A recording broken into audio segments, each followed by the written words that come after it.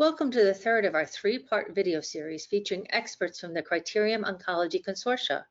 Dr. Kabos, Director for the ABRCC Consortia for Breast Cancer, Associate Professor, Division of Medical Oncology, University of Colorado Cancer Center in Aurora, Colorado. Hi, Dr. Kabos, how are you? Hello, Taryn. I'm doing well. How are you? Great. Dr. Kabos, how does the consortia advance the goal to rapidly translate advances in breast cancer research into targeted therapies that will benefit patients? Well, we are lucky to have a group of experts across the country and in Canada who work together closely to take the latest science and try to bring that to our patients, both in the adjuvant setting and also in the metastatic setting. And how does the timeline under the ABRCC model compare with other R&D models?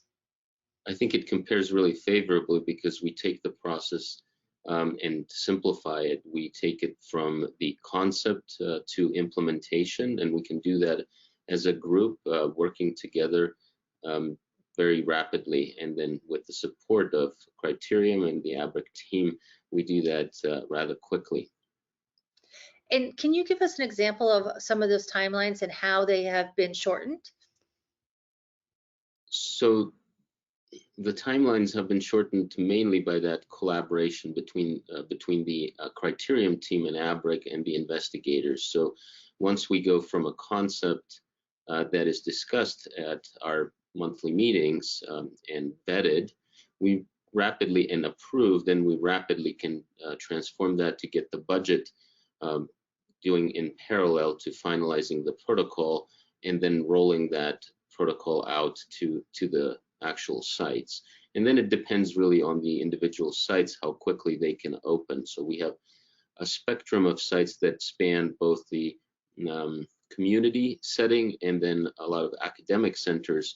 And so the times of opening the actual trials vary a little bit depending on what the staffing might be at that point, and etc. But the process behind that and kind of the engine, which ABRCC provides, is really the driving force to open these trials rapidly. And I think it compares very favorably to other consortia, and it compares favorably to the NCI larger consortia as well. Excellent. And compared with other cancers, breast cancer is now considered curable. What are some of the advances that have led to this state? And then as a follow-on, what's on the horizon in terms of breakthrough research? Thank you, Theron. That's a great question, very complex, but I'll try to simplify. So we've had an exciting few decades really in breast cancer with advancements in all three subtypes in estrogen receptor positive, triple negative, and HER2 amplified disease. The improvements, the major improvements in cure rates have been actually in the HER2 amplified subtype of breast cancer, and the ABRCC Consortium has a number of trials in this space as well, trying to improve the outcomes for our patients even further. And that has been due to really novel therapies and understanding the disease better. But in estrogen receptor positive disease as well, now within the last 5 years, let's say, a new class of drugs has emerged, both CDK4/6 inhibitors that have led to an overall survival benefit in both the adjuvant setting now shown and also in metastatic setting, and then a new class of estrogen receptor degraders that's going through the pipeline, and we have great hopes for that. In addition, in triple negative disease, there's a lot of excitement in immuno-oncology and the use of immunotherapy in this space, which have improved the outcomes as well. So I think in aggregate, on all fronts, there have been major improvements in outcomes for our patients. That's wonderful, and thank you so much for sharing some of those exciting developments. Dr. Kabos, I asked your colleague, Dr. Cambridge, the same question, and I'm curious to get your take on the topic of personalized medicine and how the consortium is addressing patient needs. That is exactly the area that we're most interested in. So I think we've come to a point in breast cancer where we do some form of personalized medicine, which is really looking at an aggregate of outcomes for patients with a given molecular subtype of the cancer, and then gearing that therapy towards individual patients. So we use that mostly in form of molecular assays in the adjuvant setting to decide on the use of chemotherapy for estrogen receptor positive breast cancer, for example.